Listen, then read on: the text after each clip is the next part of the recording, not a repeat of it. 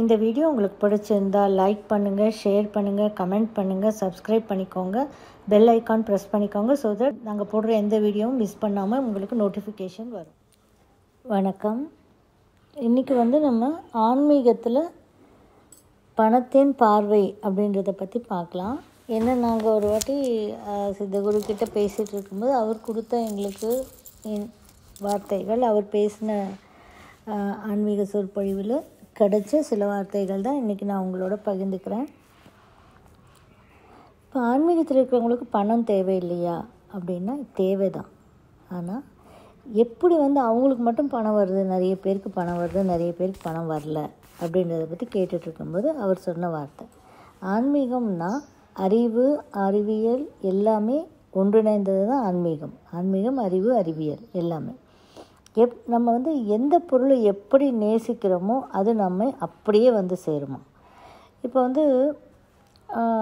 ஒரு 10,000 பற்றி யோசிச்சு பாருங்கள். நீங்கள் ஒரு 10,000 எனக்கு இருந்தால் இன்றைக்கி நல்லாயிருக்கும் அப்படின்னு நினச்சாங்கன்னா ஒருத்தன், அவனுக்கு கண்டிப்பாக கிடைக்காது. ஏன்னா அவன் நேசிக்கிறது பணத்தை மட்டும்தான், அங்கே இருக்கக்கூடிய சுச்சுவேஷனை இல்லை அவன்.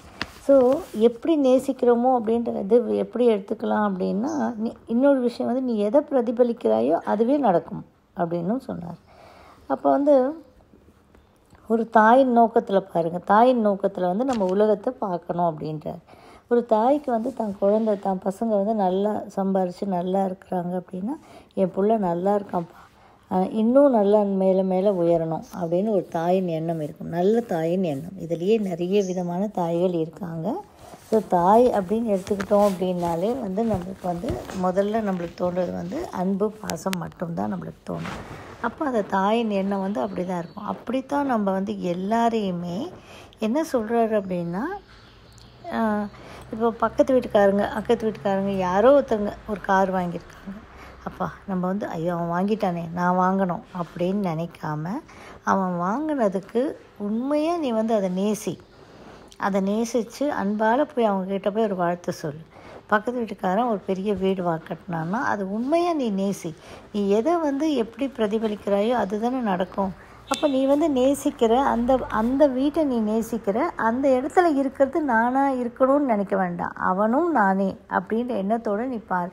ரொம்ப கஷ்டம், நாங்கள் சொல்லிட்டோம், ஐயா அது ரொம்ப கஷ்டம் இல்லையா வாழ்க்கையில் அப்படின்னா, அதை தான் நீங்கள் பழகணும். ஆன்மீகம்ன்றது நீங்கள் ரொம்ப ஈஸியாக நினச்சிக்கிறீங்க எல்லோரும். ஆன்மீகம் அப்படின்னாலே நிறைய விஷயங்கள் நீங்கள் மாற்றிக்கிறதா தான் இருக்குது, எல்லாத்தையும் அப்படியே வச்சுக்கிறதுல ஆன்மீகம் இல்லை அப்படின்னு சொல்கிறார் அவர். அப்போ யாராவது பெரிய பணக்காரனாக இருக்கான்னா, அப்போ அவன் நிறைய பணம் சம்பாரிச்சிருக்கான், உழைச்சிருக்கான், சம்பாரிச்சிருக்கான். ஓகே, இன்னும் மேலும் மேலும் அவன் வளரணும் அப்படின்னு அவனை வாழ்த்து மனசில்.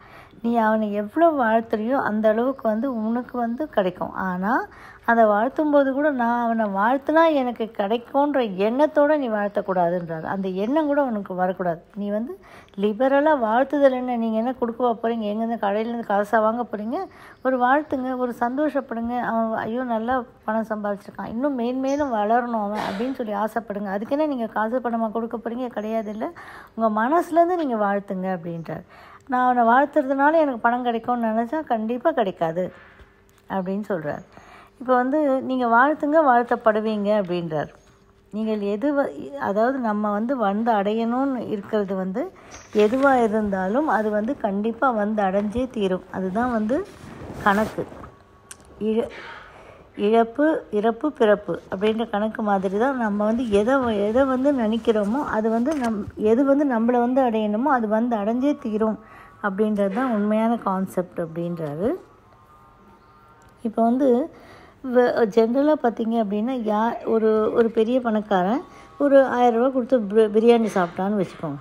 பிரியாணி சாப்பிட்டான், அவனுக்கு அது செரிக்காமல் ஒரு பாலம் கிட்ட, ஒரு பிரிட்ஜுக்கிட்ட டோரை ஓப்பன் பண்ணிவிட்டு வாமிட் பண்ணுறான். வாமிட் பண்ணவுடனே ஒரு 2 நாய் அதை சாப்பிடுது. அந்த நாய்க்கு அந்த பிரியாணி வயிற்றுக்குள்ளே போய் கூட வெளில வரணுன்றது தான் கணக்கு. அப்போது நீ எதுவுமே நீ நினச்சி தான் நடக்கணுன்ற விஷயம் கிடையாது. எல்லாமே உனக்கு எழுதப்பட்டிருக்கு, விதிக்கப்பட்டிருக்குன்றதுபடி நடந்து போயிடும். அப்படி தானே அப்படின்னு நாங்கள் கேட்கும்போது, ஆமாம், நீ எதுவுமே ட்ரை பண்ணலன்னா கூட உன்னை சேரணுன்றது சேர்ந்துடும். பணம் வந்து நம்மளை சேரணுன்றதுக்கு நீங்கள் ஒரே ஒரு விஷயந்தான் புரிஞ்சுக்கணும். நீங்கள் பணத்தை வந்து நேசிக்காதீங்க, பணத்தை கையில் வச்சுக்கிட்டு நேசிக்காதீங்க. எனக்கு 10,000 வேணும் அப்படி நேசிக்காதீங்க. பணத்தை சம்பாரித்தவனை நேசிங்க, பணக்காரனை இருக்கிறோன்னு நேசிங்க. உங்களுக்கு இப்போ வந்து யாரோ மோடி அந்த மாதிரி ஆட்கள் எடுத்துக்காதீங்க. வீட்டில் உள்ள நம்ம உறவுகள்லேயே பார்த்தோம் அப்படின்னா, நம்ம மாமன், மச்சான், அக்கா, தங்கச்சி இந்த மாதிரி இருப்பாங்க இல்லையா, அவங்க கொஞ்சம் வசதியாக இருப்பாங்க, நம்ம குறைவாக இருக்கும். அவங்கள வந்து நீங்கள் நேசிங்க, அவங்கள வாழ்த்துங்க, அவங்க மேலும் மேலும் வளரணும்னு வாழ்த்துங்க. நீங்கள் வாழ்த்துனா தான் உங்களுக்கு வாழ்த்துதல் கிடைக்கும் அப்படின்றார். நீங்கள் பணம் சம்பாதிக்கிறதுக்கு ஒரே ஒரு வழி, வேறு ஒன்றுமே கிடையாது. அடுத்தவன் பணம் சம்பாரிச்சிருக்கான், அடுத்தவன் வீடு கட்டியிருக்கான், அடுத்தவன் நல்லா இருக்கான்னா அவனை வாழ்த்துறது தான். ஆனால் அதை வந்து மனதார வாழ்த்துறதுக்கு நம்ம பழகிக்கணும். இப்படி நம்ம பழகிட்டோம்னா தெருக்கோடியில் இருக்கிறவன் கூட குபேரன் ஆவான் அப்படின்றார். ஆனால் வந்து இப்போ நாங்கள் கேட்டோம், நிறைய பேர் பணக்காரங்களாக இருக்காங்க, அவங்களுக்கு வந்து அந்த மாதிரி எண்ணம் இருக்காதுல்ல, அடுத்தவன் பணக்காரனாக இருக்கணும் அப்படின்னா. அவன் பணத்தில் தான் பணக்காரனாக இருப்பான், ஆனால் வந்து திருப்தி ஆசையில் வந்து அவன் வந்து ரொம்ப ஏழையாக இருப்பான். அவன் வந்து திருப்திப்பட்டவனாக இருக்க முடியாது, அவன் ஒரு நிம்மதியான வாழ்க்கையை வாழ முடியாது. செல்வந்தன் அப்படின்றது எது? முதல்ல வந்து செல்வந்தன் அப்படின்றது எதுன்னு பார்த்தோம் அப்படின்னா, மன நிம்மதியோடையும் அன்போடையும் ஆரோக்கியத்தோடையும் வாழ்கிறது தான் செல்வந்தன். நம்ம ஆனால் இன்றைக்கி வந்து பணம் அப்படின்றதுக்கு வந்து மதிப்பு போட்டுட்டதுனால பணக்காரனாக வேணும், பணம் நம்ம சம்பாதிக்கணும் என்னதுக்கு வந்துடும். ஓகே, தப்பு கிடையாது. அப்போ நீங்கள் பணம் வச்சுருக்கிறவங்கள நேசிங்க, முதல்ல அவங்கள வாழ்த்துங்க. அவங்கள பார்த்து அப்பா அந்த ஆள் வீடு கட்டியிருக்காரு, நல்லா இருக்கட்டும் அப்படின்னு சொல்லி நீங்கள் நல்லா இருக்கட்டும் அப்படின்னு சொல்லி அங்கேருந்து வந்தது தான் நம்ம வேதாத்ரி மகர்ஷி ஐயாவோட வாழ்க வளமுடன் அப்படின்றது கூட. வாழ்க வளமுடன், வாழ்கிறேன் வளமுடன், அவ்வளோதான். ஸோ இந்த கான்செப்ட் வந்து அங்கேருந்து வந்தது தான், உலகத்தினுடைய நியதியிலேருந்து வந்தது தான் அந்த கான்செப்ட்ஸ் எல்லாமே. அப்போ வந்து வாழ்க வளமுடன் சொல்லி அடுத்தவங்களை வாழ்த்தும்போது நம்மளை தெரியாமையே நமக்குள்ளே அது ஒரு பழக்கமாக உண்டு பண்ணிக்கிறோம். அப்போ வந்து நம்ம ஆனாலும் அப்படி இருந்தாலுமே நம்மளுக்குள்ளே வந்து நம்ம சொந்த பந்தங்களில் யாரோ ஒருத்தர் ரொம்ப நல்லா இருக்காங்க அப்படின்னா நம்மளுக்குள்ளே ஒரு பொறாமை வரத்தான் செய்யுது இல்லையா. பொறாமைன்னு சொல்கிறத விட அவங்க மட்டும் நல்லா இருக்காங்களே, நானும் இவ்வளோ உழைக்கிறேனே, எனக்கு ஏன் வரல அப்படின்னு சொல்லி நம்மளுக்கு எண்ணம் வரத்தான் செய்யுது. அந்த எண்ணம் வர வேண்டாம்னு அவர் சொல்கிறார். அந்த எண்ணம் வந்து எப்போவுமே வர வேண்டாம்.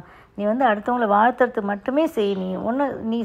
நீ வந்து ஆட்டோமேட்டிக்காக வந்து தெருக்கோடியில் இருந்தால் கூட குபேரன் ஆகிடுவ அப்படின்றார். ஆனால் அந்த வாழ்த்துதலில் செல்ஃபிஷ்னஸ் வேண்டாம். அந்த வாழ்த்துதலில் வந்து நான் இப்படி வாழ்த்துனேன்னா நான் பணக்காரன் ஆகிடுவேன் அப்படின்ற எண்ணம் வேண்டாம். யார் என்ன வச்சுருந்தாலும் நீங்கள் வந்து வாழ்த்துங்க. அந்த வாழ்த்துதல் மட்டும்தான் நம்மளை வந்து பணக்காரனாக உயர்வாக மாற்றும். அடுத்தவங்க மேலே பொறாமப்படுறதுனால நானும் இப்படி சம்பாரிச்சிடணும், நானும் இப்படி வீடு வாங்கிடணும்னு நினைக்கிறதுனால என்றைக்குமே செல்வந்தன் ஆக முடியாது. நீங்கள் அதை வந்து வாழ்த்தும் போது அந்த பணம் வந்து உம்மிடம் வந்து சேரும். அந்த எண்ணத்தை மனசில் வச்சுக்காமையே நீங்கள் வந்து அப்படியே செய்ய பழகுங்க, உங்களுக்கு எல்லாமே ஈஸியாக கிடைக்கும். பணம்ன்றது தெருக்கோடியில் இருக்கிறவன் கூட குபேரன் ஆகிடுவான், அது வந்து பெரிய விஷயமே கிடையாதுன்னு அவர் சொல்கிறாரு. ஸோ நாங்களும் வந்து அப்படி இருக்க தான் ட்ரை பண்ணிக்கிட்டு இருக்கோம் எல்லோரும். இந்த விஷயத்த உங்களுக்கும் சொல்கிறேன். நீங்களும் பணம் நிறைய பேருக்கு பணப்பிரச்சனை இருக்குது. அப்போ வந்து நம்மளுக்கு பணப்பிரச்சனை இருக்கும்போது யாரெல்லாம் நம்மளை சுற்றி இருக்காங்களோ அவங்க பணக்காரனாக இருந்தால் அவங்கள வாழ்த்த ஆரம்பிப்போம். பார்ப்போம். கண்டிப்பாக வந்து சித்தகுரு ஐயா சொன்னது வந்து என்றைக்கும் பொய்யாகிறது கிடையாது. கொஞ்சம் லேட்டானால் ஆகுமே தவிர பொய்யாகாது. அதனால் ட்ரை பண்ணுவோம். ட்ரை பண்ணுறதுனால ஒன்றுமே நம்மளுக்கு தப்பு இல்லை இல்லையா. தேங்க்யூ ஃபார் வாட்சிங்.